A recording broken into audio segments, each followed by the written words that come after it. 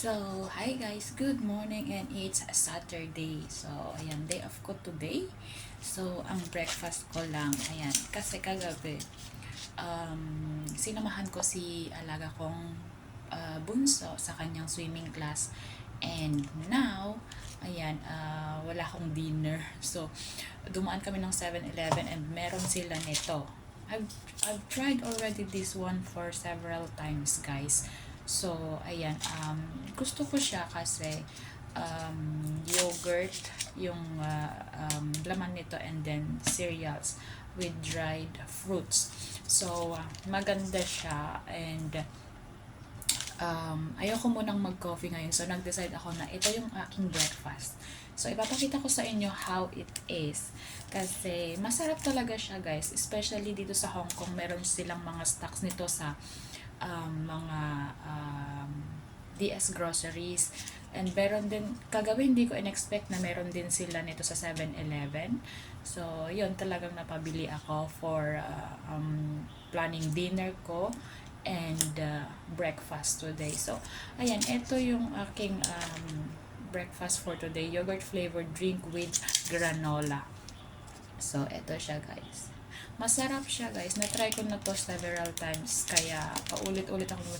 Kapag sa DS Groceries kasi, sa 7-Eleven hindi ito sale eh.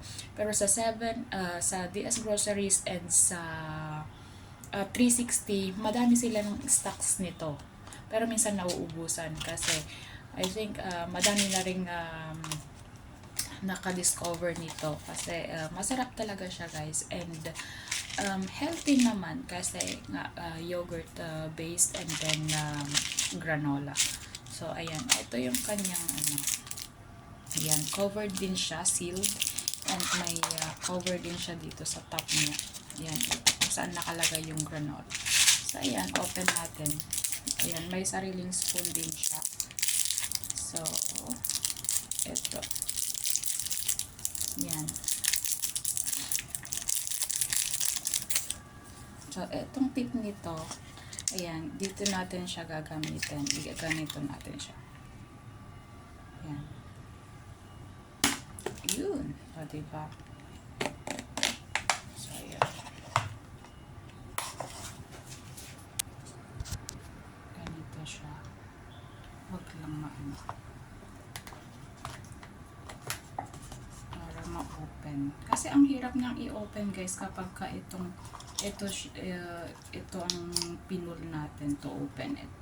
So, ngayon, ito ang ginamit natin, spoon niya. Kit ng spoon. So, yan. Very easy na siyang i-open. Yan. See?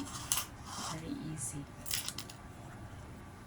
And then, itong spoon naman is ganito siya. Yan, ano na itong kamay ko.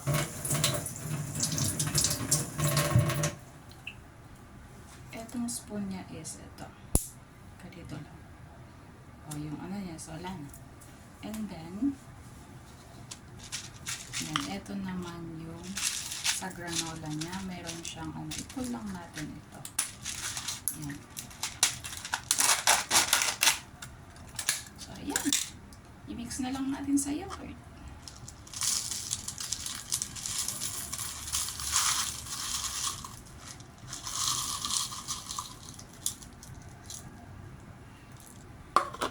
So, ito na. Mix na. And then, ready to eat na, guys.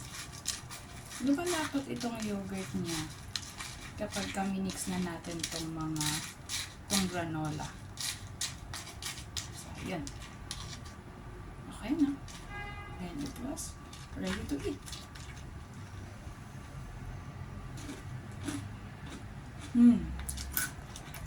Sarap talaga niya, guys. Complete na siya.